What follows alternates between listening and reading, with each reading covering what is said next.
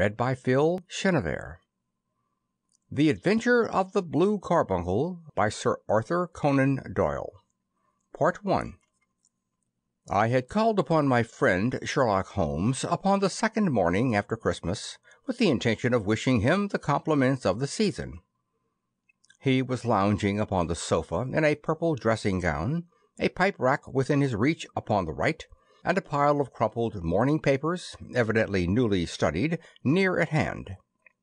Beside the couch was a wooden chair, and on the angle of the back hung a very seedy and disreputable hard felt hat, much the worse for wear, and cracked in several places.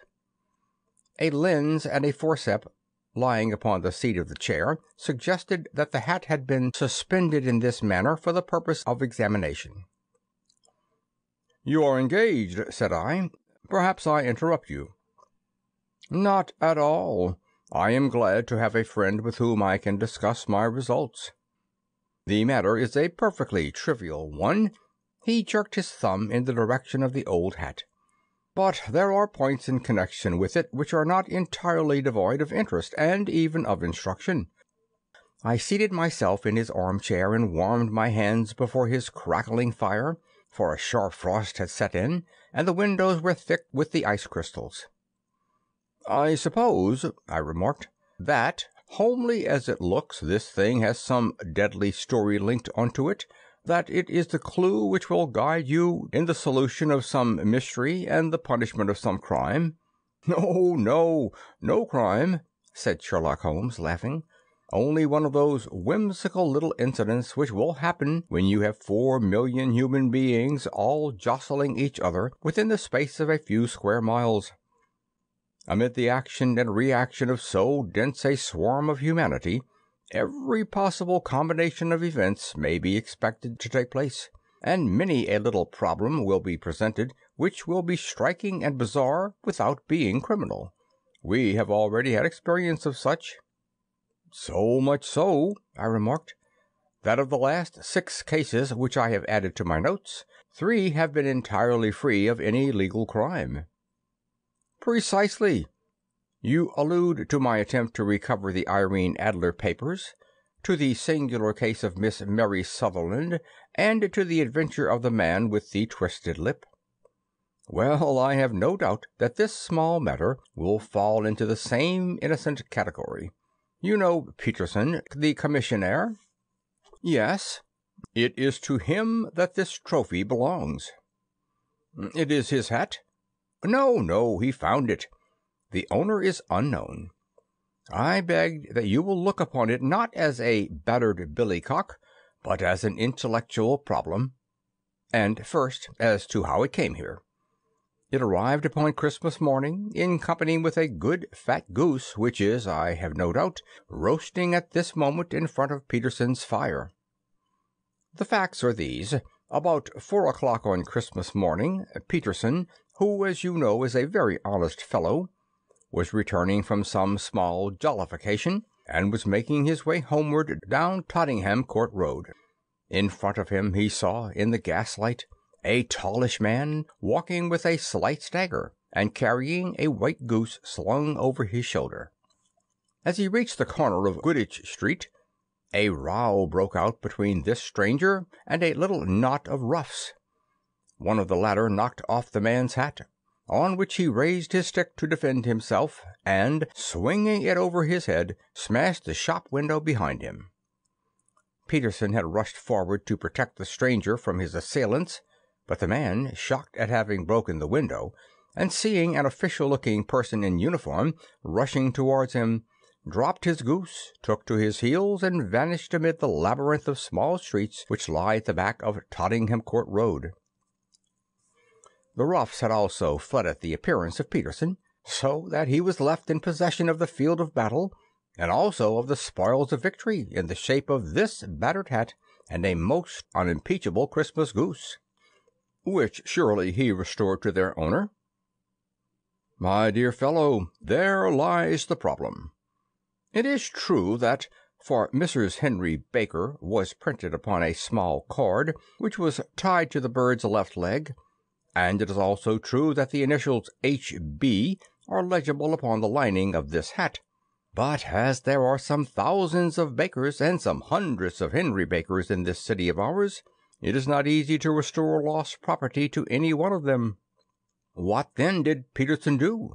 He brought round both the hat and goose to me on Christmas morning, knowing that even the smallest problems are of interest to me.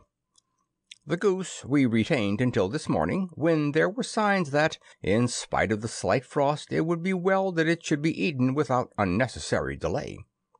Its finder had carried it off, therefore, to fulfill the ultimate destiny of a goose, while I continue to retain the hat of the unknown gentleman who lost his Christmas dinner. "Did he not advertise?" "No." "Then what clue could you have as to his identity?"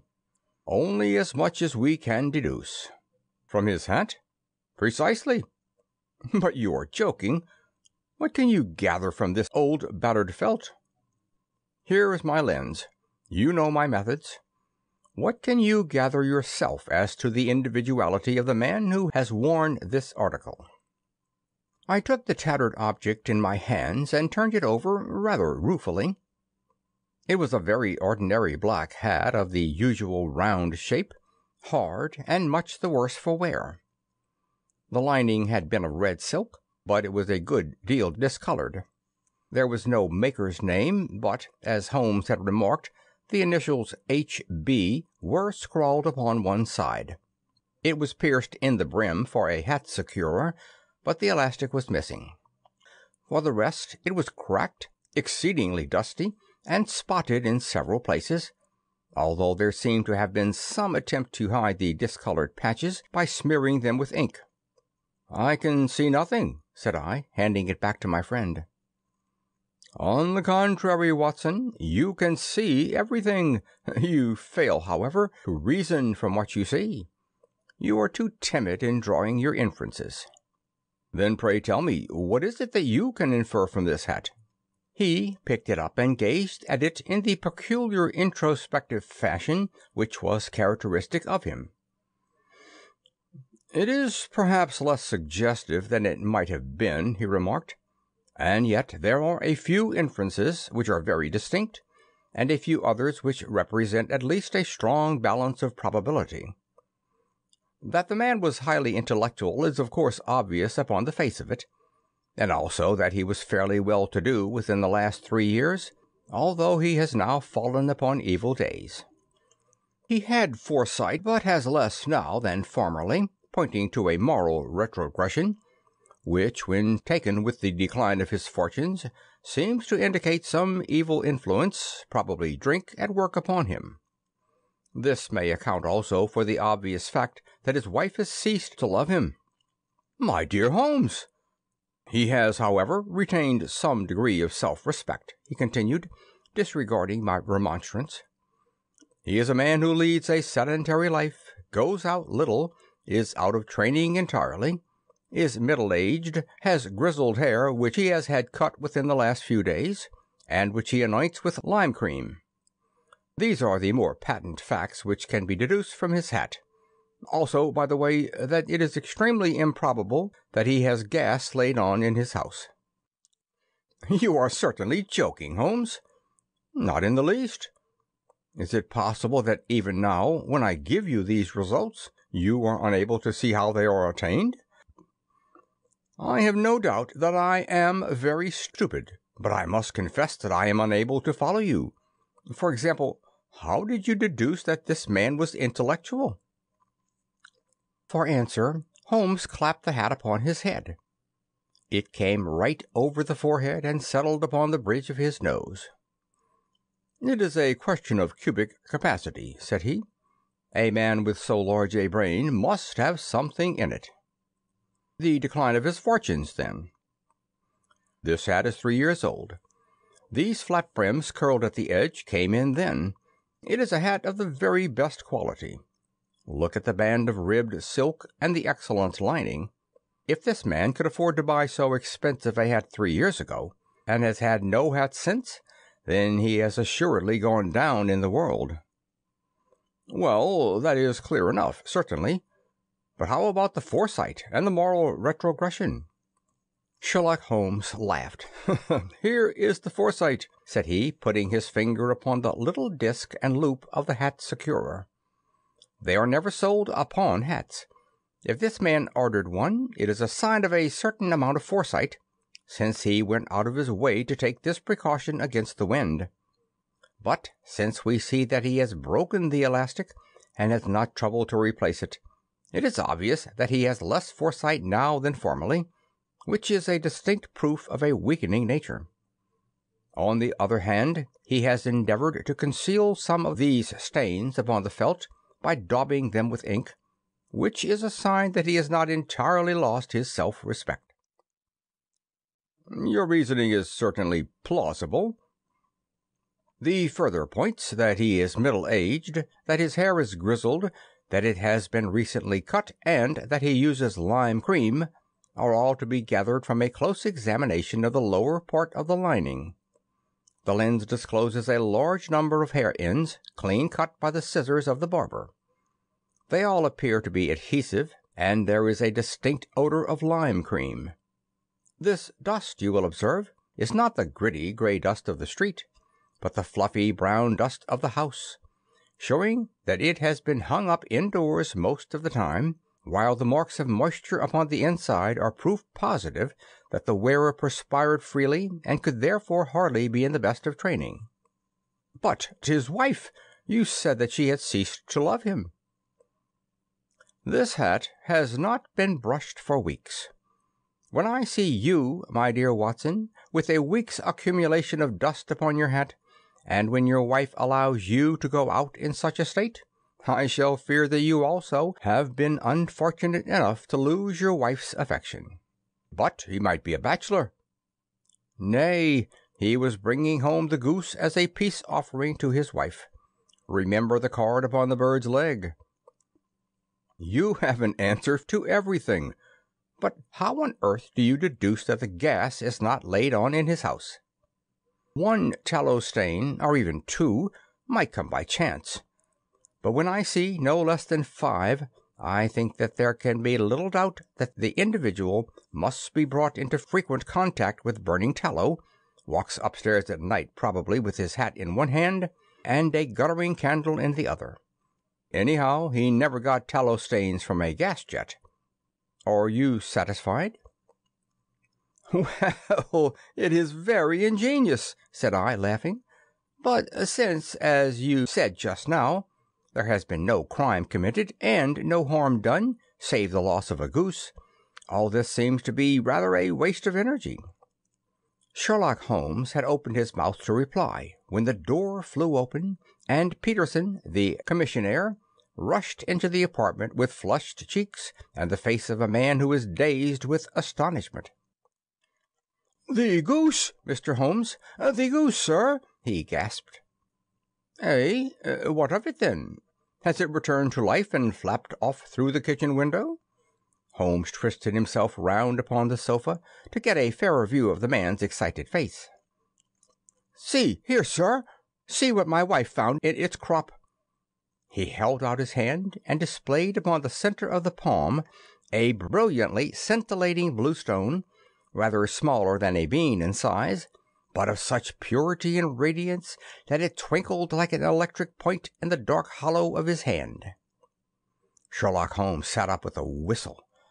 "By Jove, Peterson," said he, "this is treasure trove indeed. I suppose you know what you have got? A diamond, sir? A precious stone? It cuts into glass as though it were putty." "It's more than a precious stone. It is the precious stone." "Not the Countess of Morcar's Blue Carbuncle!" I ejaculated. "Precisely so. I ought to know its size and shape, seeing that I have read the advertisement about it in the Times every day lately. It is absolutely unique, and its value can only be conjectured, but the reward offered of £1,000 is certainly not within a 20th part of the market price." £1,000? Great Lord of mercy! The commissionaire plumped down into a chair and stared from one to the other of us. That is the reward, and I have reason to know that there are sentimental considerations in the background which would induce the Countess to part with half her fortune if she could but recover the gem." "It was lost, if I remember aright, at the Hotel Cosmopolitan," I remarked. "Precisely so, on December 22nd, just 5 days ago. John Horner, a plumber, was accused of having abstracted it from the lady's jewel case. The evidence against him was so strong that the case has been referred to the Assizes. I have some account of the matter here, I believe." He rummaged amid his newspapers, glancing over the dates, until at last he smoothed one out, doubled it over, and read the following paragraph. "Hotel Cosmopolitan jewel robbery. John Horner, 26, plumber, was brought up upon the charge of having upon the 22nd inst. Abstracted from the jewel case of the Countess of Morcar the valuable gem known as the Blue Carbuncle. James Ryder, upper attendant at the hotel, gave his evidence to the effect that he had shown Horner up to the dressing-room of the Countess of Morcar upon the day of the robbery, in order that he might solder the second bar of the grate, which was loose. He had remained with Horner some little time, but had finally been called away. On returning, he found that Horner had disappeared, that the bureau had been forced open, and that the small morocco casket in which, as it afterwards transpired, the Countess was accustomed to keep her jewel, was lying empty upon the dressing-table. Ryder instantly gave the alarm, and Horner was arrested the same evening, but the stone could not be found either upon his person or in his rooms. Catherine Cusack, maid to the Countess, deposed to having heard Ryder's cry of dismay on discovering the robbery, and to having rushed into the room, where she found matters as described by the last witness. Inspector Broadstreet, B Division, gave evidence as to the arrest of Horner, who struggled frantically and protested his innocence in the strongest terms. Evidence of a previous conviction for robbery having been given against the prisoner, the magistrate refused to deal similarly with the offense, but referred it to the Assizes. Horner, who had shown signs of intense emotion during the proceedings, fainted away at the conclusion and was carried out of the court. So much for the police court," said Holmes thoughtfully, tossing aside the paper. "The question for us now to solve is the sequence of events leading from a rifled jewelry case at one end to the crop of a goose in Tottenham Court Road at the other. You see, Watson, our little deductions have suddenly assumed a much more important and less innocent aspect. Here is the stone. The stone comes from the goose, and the goose came from Mr. Henry Baker, the gentleman with the bad hat, and all the other characteristics with which I have bored you. So now we must set ourselves very seriously to finding this gentleman, and ascertaining what part he has played in this little mystery. To do this, we must try the simplest means first, and these lie undoubtedly in an advertisement in all the evening papers. If this fail, I shall have recourse to other methods." "What will you say?" "Give me a pencil and that slip of paper. Now then, found at the corner of Gougy Street a goose and a black felt hat. Mr. Henry Baker can have the same by applying at 6:30 this evening at 221B Baker Street. That is clear and concise." "Very, but will he see it?" "Well, he is sure to keep an eye on the papers, since to a poor man the loss was a heavy one. He was clearly so scared by his mischance in breaking the window, and by the approach of Peterson, that he thought of nothing but flight. But since then he must have bitterly regretted the impulse which caused him to drop his bird. Then again, the introduction of his name will cause him to see it, for everyone who knows him will direct his attention to it. Here you are, Peterson. Run down to the advertising agency and have this put in the evening papers." "In which, sir?" "Oh, in the Globe, Star, Pall Mall, St. James's Gazette, Evening News, Standard, Echo, and any others that occur to you." "Very well, sir. And this stone?" "Ah, yes, I shall keep the stone. Thank you. And I say, Peterson, just buy a goose on your way back and leave it here with me, for we must have one to give to this gentleman in place of the one which your family is now devouring." When the commissionaire had gone, Holmes took up the stone and held it against the light. "It's a bonny thing," said he.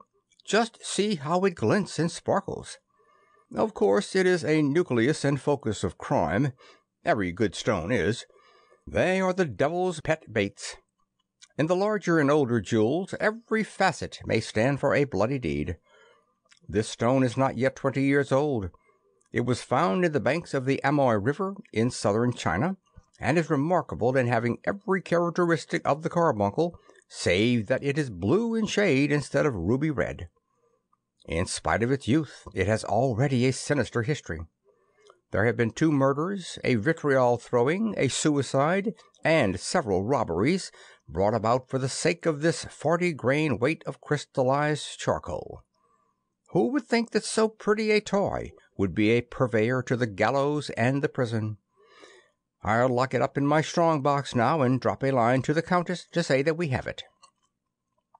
"Do you think that this man Horner is innocent?" "I cannot tell." "Well, then, do you imagine that this other one, Henry Baker, has anything to do with the matter?" "It is, I think, much more likely that Henry Baker is an absolutely innocent man, who had no idea that the bird which he was carrying was of considerably more value than if it were made of solid gold. That, however, I shall determine by a very simple test if we have an answer to our advertisement." "And you can do nothing until then?" "Nothing." "In that case I shall continue my professional round, but I shall come back in the evening at the hour you have mentioned, for I should like to see the solution to so tangled a business." "Very glad to see you. I dine at 7. There is a woodcock, I believe. By the way, in view of recent occurrences, perhaps I ought to ask Mrs. Hudson to examine its crop." I had been delayed at a case, and it was a little after 6:30 when I found myself in Baker Street once more. As I approached the house, I saw a tall man in a Scotch bonnet with a coat which was buttoned up to his chin, waiting outside in the bright semicircle which was thrown from the fanlight. Just as I arrived, the door was opened, and we were shown up together to Holmes's room.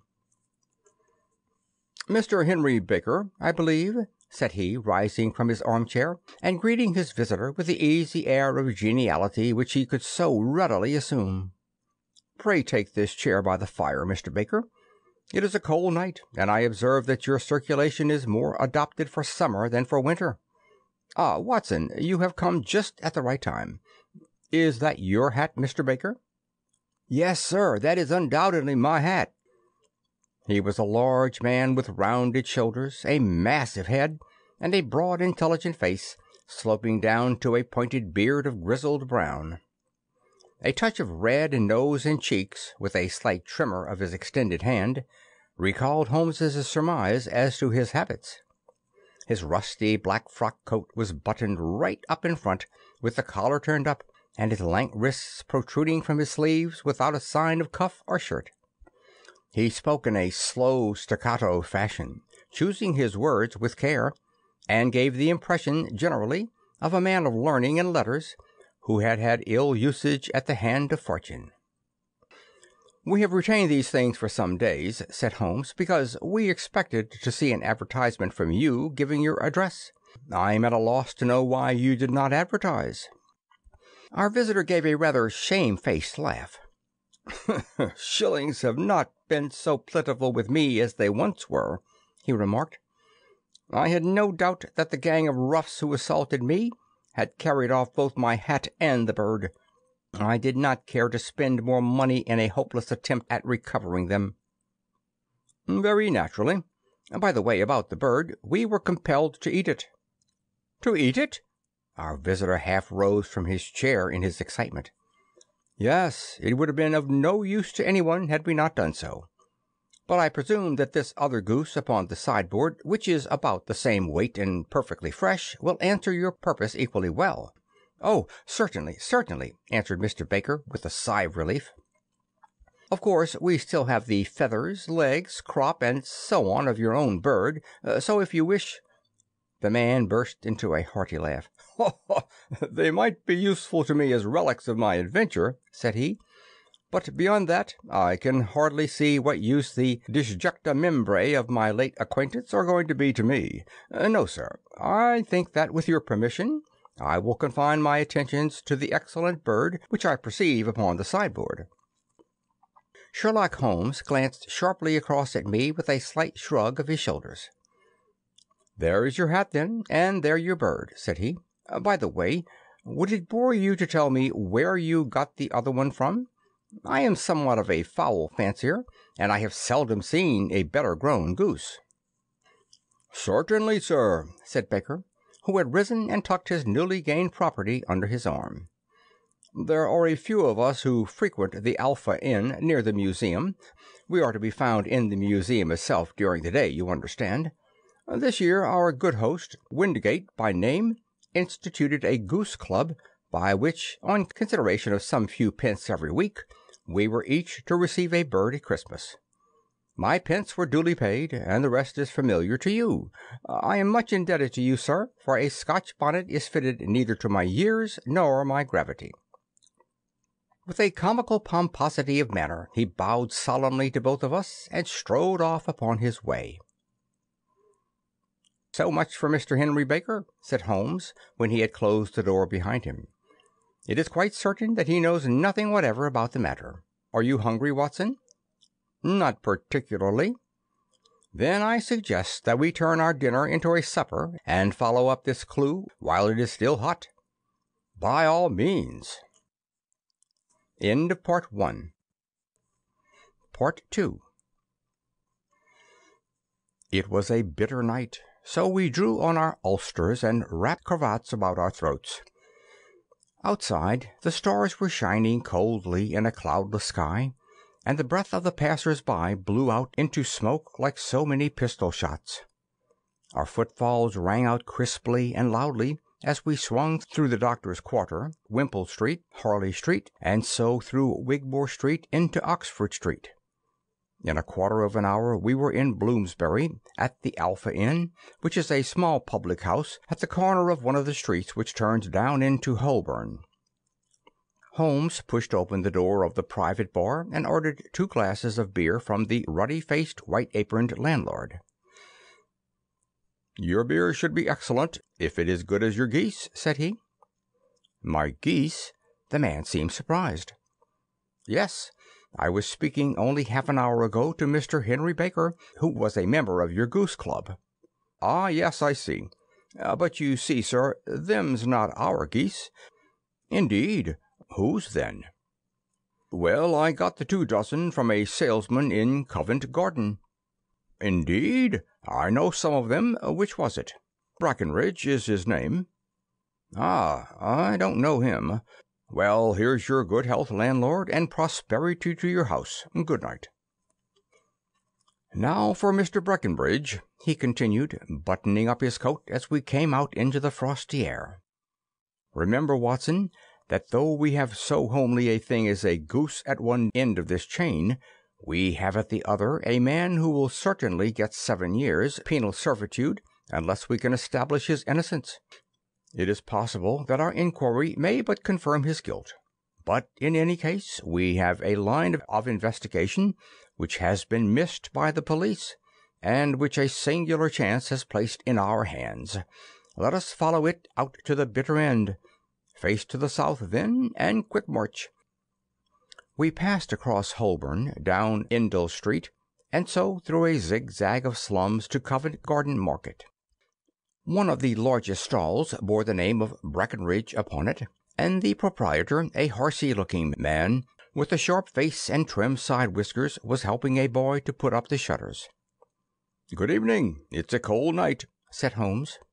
The salesman nodded and shot a questioning glance at my companion. "Sold out of geese, I see," continued Holmes, pointing at the bare slabs of marble. "Let you have 500 tomorrow morning." "That's no good." "Well, there are some on the stall with a gas flare." "Ah, but I was recommended to you." "Who by?" "The landlord of the Alpha." "Oh, yes, I sent him a couple of dozen." "Fine birds they were, too. Now, where did you get them from?" To my surprise, the question provoked a burst of anger from the salesman. "Now then, mister," said he, with his head cocked and his arms akimbo, "what are you driving at? Let's have it straight now." "It's straight enough. I should like to know who sold you the geese which you supplied to the Alpha." "Well, then, I shan't tell you. So now." "Oh, it's a matter of no importance, but I don't know why you should be so warm over such a trifle." "Warm? You'd be as warm, maybe, if you were as pestered as I am. When I pay good money for a good article there should be an end of the business. But it's, 'Where are the geese?' and 'Who did you sell the geese to?' and 'What will you take for the geese?' One would think they were the only geese in the world, to hear the fuss that is made over them." "Well, I have no connection with any other people who have been making inquiries," said Holmes carelessly. "If you won't tell us, the bet is off, that is all. But I'm always ready to back my opinion as a matter of fowls, and I have a fiver on it that the bird I ate is country bred." "Well, then, you've lost your fiver, for it's town bred," snapped the salesman. "It's nothing of the kind." "I say it is." "I don't believe it. Do you think you know more about fowls than I, who have handled them ever since I was a nipper? I tell you, all those birds that went to the Alpha were town bred." "You'll never persuade me to believe that." "Will you bet, then?" "It's merely taking your money, for I know I am right. But I'll have a sovereign on with you, just to teach you not to be obstinate." The salesman chuckled grimly. "Bring me the books, Bill," said he. The small boy brought round a small thin volume and a great greasy backed one, laying them out together beneath the hanging lamp. "Now then, Mr. Cocksure," said the salesman, "I thought that I was out of geese, but before I finish you'll find that there is still one left in my shop. You see this little book?" "Well?" "That is the list of the folks from whom I buy. Do you see? Well, then, here on this page are the country folk, and the numbers after their names are where their accounts are in the big ledger. Now then, you see this other page in red ink? Well, that is a list of my town suppliers. Now, look at that third name. Just read it out to me." "Mrs. Oakshott, 117 Brixton Road, 249, read Holmes. "Quite so. Now turn that up in the ledger." Holmes turned to the page indicated. "Here you are. Mrs. Oakshott, 117 Brixton Road, egg and poultry supplier." "Now then, what's the last entry?" "December 22nd, 24 geese at 7 shillings 6 pence. "Quite so. There you are, and underneath, 'Sold to Mr. Windgate at the Alpha at 12 shillings. What have you to say now?" Sherlock Holmes looked deeply chagrined. He took a sovereign from his pocket and threw it down upon the slab, turning away with the air of a man whose disgust is too deep for words. A few yards off he stopped under a lamp-post and laughed in the hearty, noiseless fashion which was peculiar to him. "When you see a man with whiskers of that cut, and the pink 'un protruding out of his pocket, you can always draw him by a bet," said he. "I dare say that if I had put £100 down in front of him, that man would not have given me such complete information as was drawn from him by the idea that he was doing me on a wager.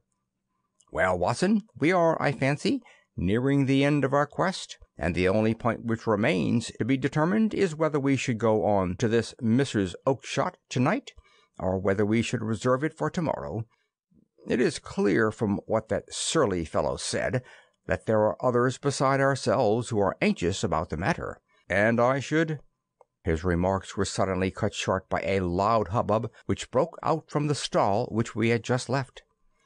Turning round, we saw a little rat-faced fellow standing in the centre of the circle of yellow light which was thrown by the swinging lamp, while Breckinridge, the salesman, framed in the door of his stall, was shaking his fists fiercely at the cringing figure.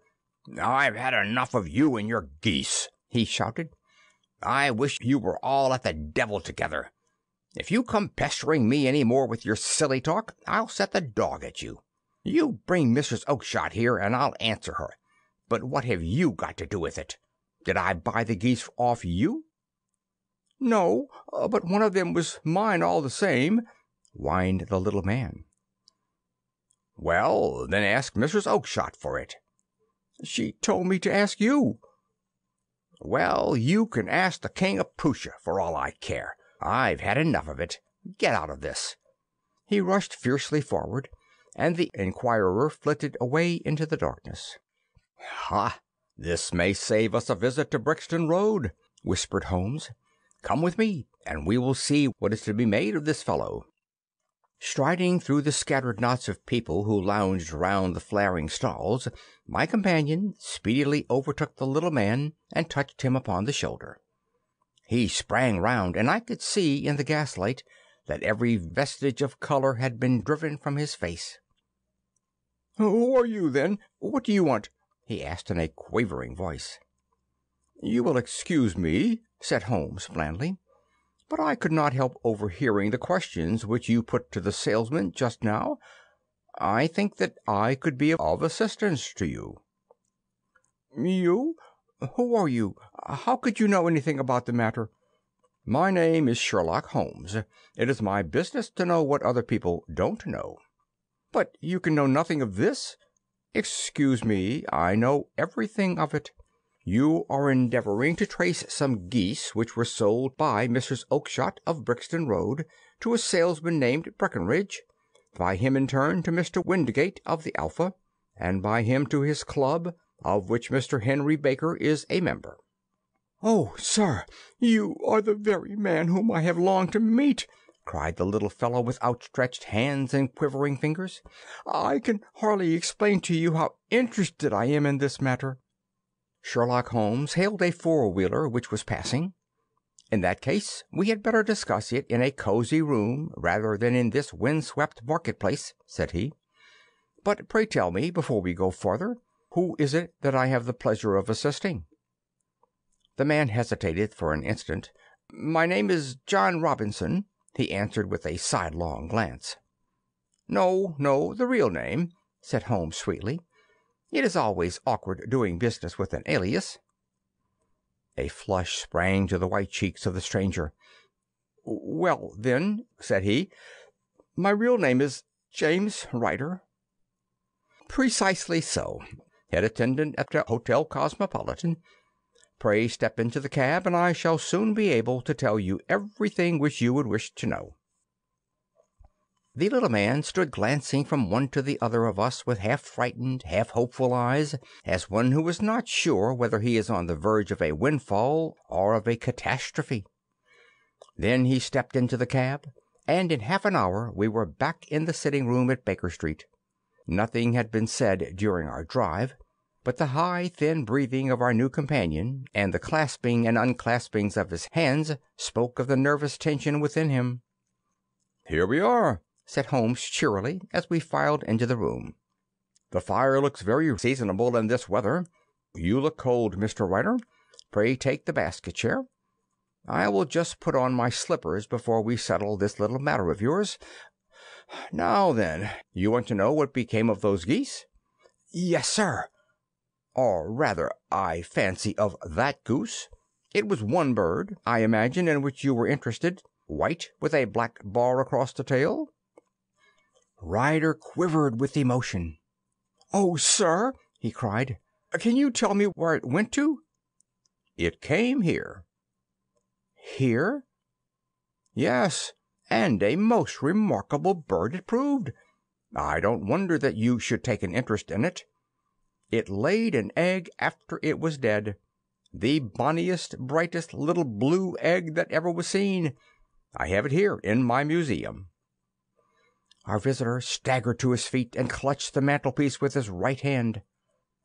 Holmes unlocked his strong box and held up the Blue Carbuncle, which shone out like a star with a cold, brilliant, many-pointed radiance. Ryder stood glaring with a drawn face, uncertain whether to claim or to disown it. "The game's up, Ryder," said Holmes quietly. Hold up, man, or you'll be into the fire. Give him an arm back into his chair, Watson. He's not got blood enough to go in for felony with impunity.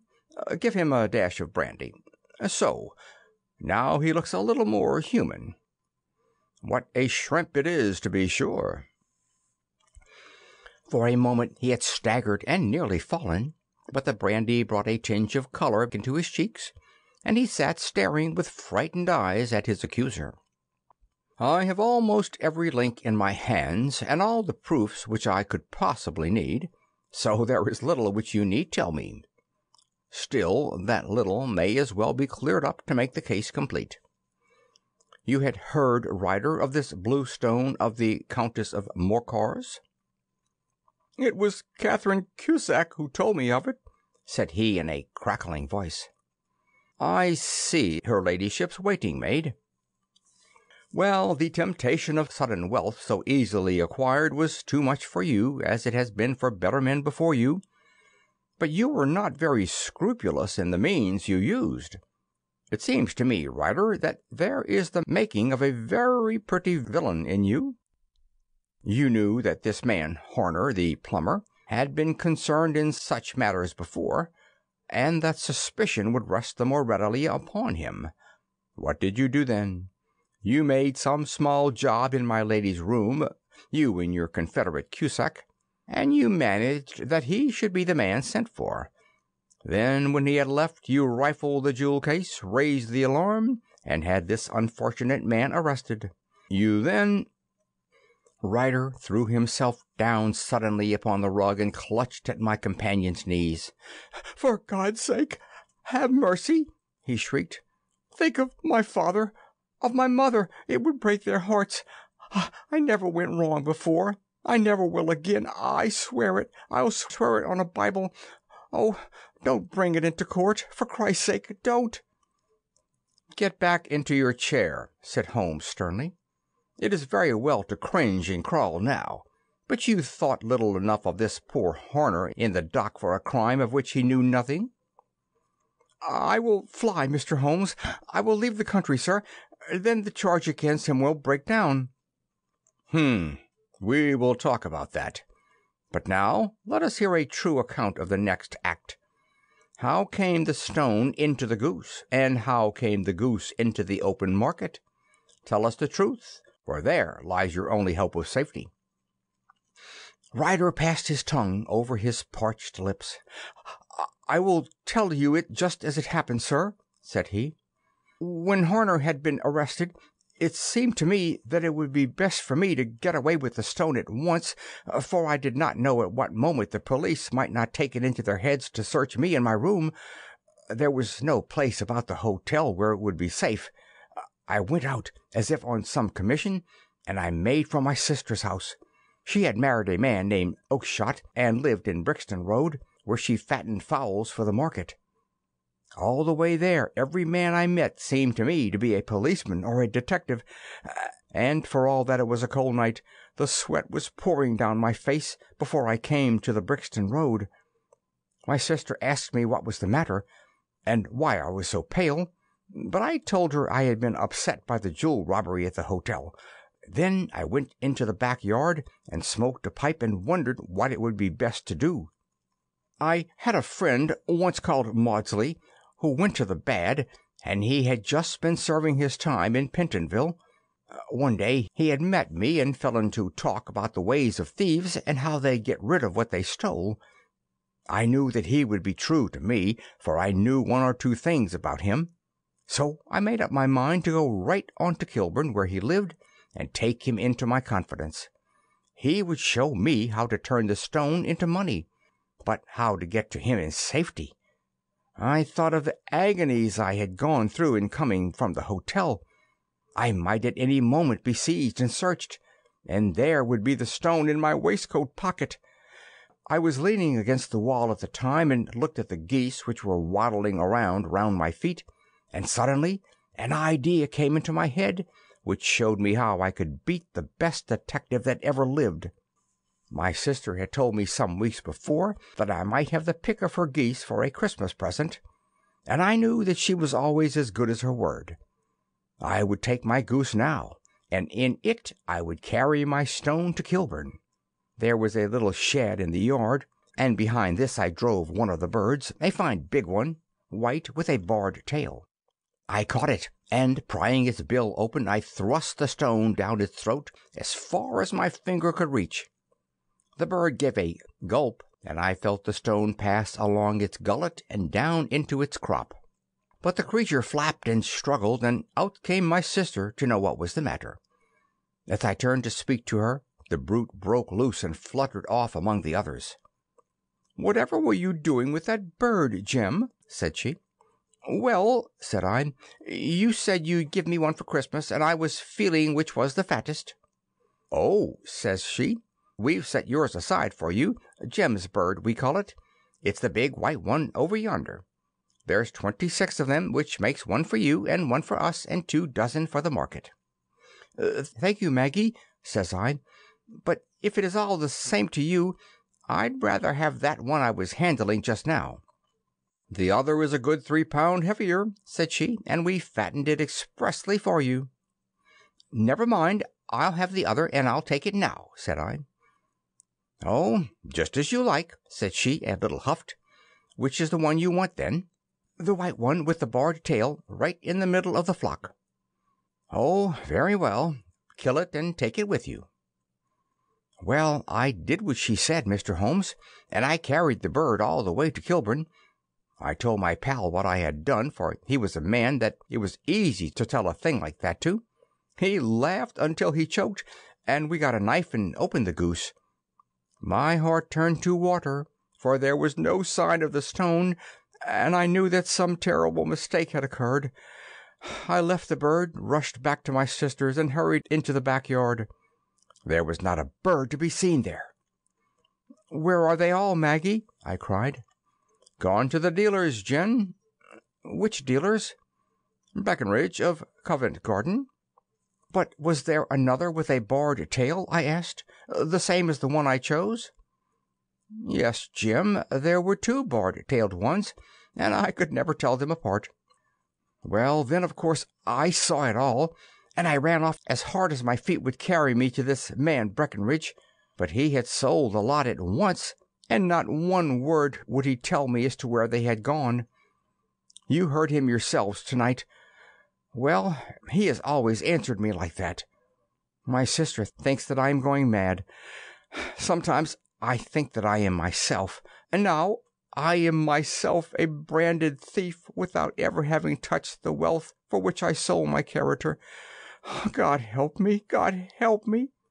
He burst into convulsive sobbing, with his face buried in his hands. There was a long silence, broken only by his heavy breathing and by the measured tapping of Sherlock Holmes's finger-tips upon the edge of the table. Then my friend rose and threw open the door. "Get out," said he. "What, sir? Oh, heaven bless you!" "No more words. Get out." And no more words were needed. There was a rush, a clatter upon the stairs, the bang of a door, and the crisp rattle of running footsteps from the street. "After all, Watson," said Holmes, reaching up his hand for his clay pipe, "I am not retained by the police to supply their deficiencies. If Harner were in danger it would be another thing, but this fellow will not appear against him, and the case must collapse. I suppose that I am now commuting a felony, but it is just possible that I am saving a soul. This fellow will not go wrong again. He is too terribly frightened. Send him to the jail now, and you make him a jailbird for life. Besides, it is the season of forgiveness. Chance has put in our way a most singular and whimsical problem, and its solution is its own reward. If you will have the goodness to touch the bell, Doctor, we will begin another investigation, in which also a bird will be the chief feature. End of Part 2. End of The Adventure of the Blue Carbuncle by Sir Arthur Conan Doyle.